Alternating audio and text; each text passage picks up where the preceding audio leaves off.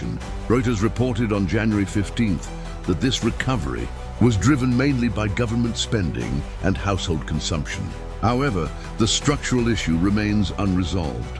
Exports and private investment are still weak. This matters because Germany does not grow by consuming internally. It grows by selling to the world. When domestic stimulus carries the economy while exports lag, the recovery becomes fragile. Any external shock, tighter global liquidity, weaker demand from China, or a stronger dollar can quickly reverse momentum. What we're seeing is a European recovery that exists, but isn't yet self-sustaining. Now shift your focus forward, toward where capital is being pulled rather than pushed. Another signal running quietly beneath. Today's news is the continued concentration of investment in artificial intelligence and semiconductors. Reuters highlighted renewed investor focus on companies like TSMC and the broader chip ecosystem. This isn't hype, it's capital allocation.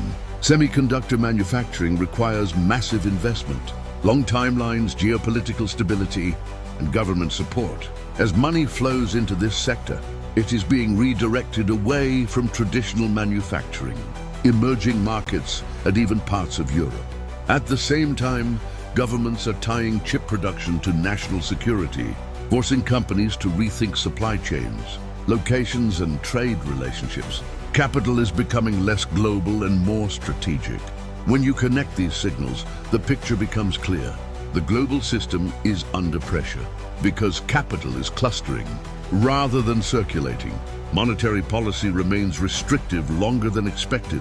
Europe's recovery lacks export strength. Banks are tightening quietly, not collapsing loudly. And investment is being funneled into narrow, strategic sectors rather than broad economic growth. This is not a crisis signal. It's an adjustment signal. But adjustments always have consequences. If the dollar remains strong, global trade slows at the margins. If rates stay higher for longer, liquidity continues to thin. If Europe fails to revive exports, fiscal strain increases. And if capital continues concentrating in strategic technologies, other sectors will struggle for investment. Money Signal doesn't predict headlines. It tracks pressure. And today's pressure tells us something very important. The world is not breaking. It is being forced to reorganize. And reorganization is where volatility, opportunity, and risk are born.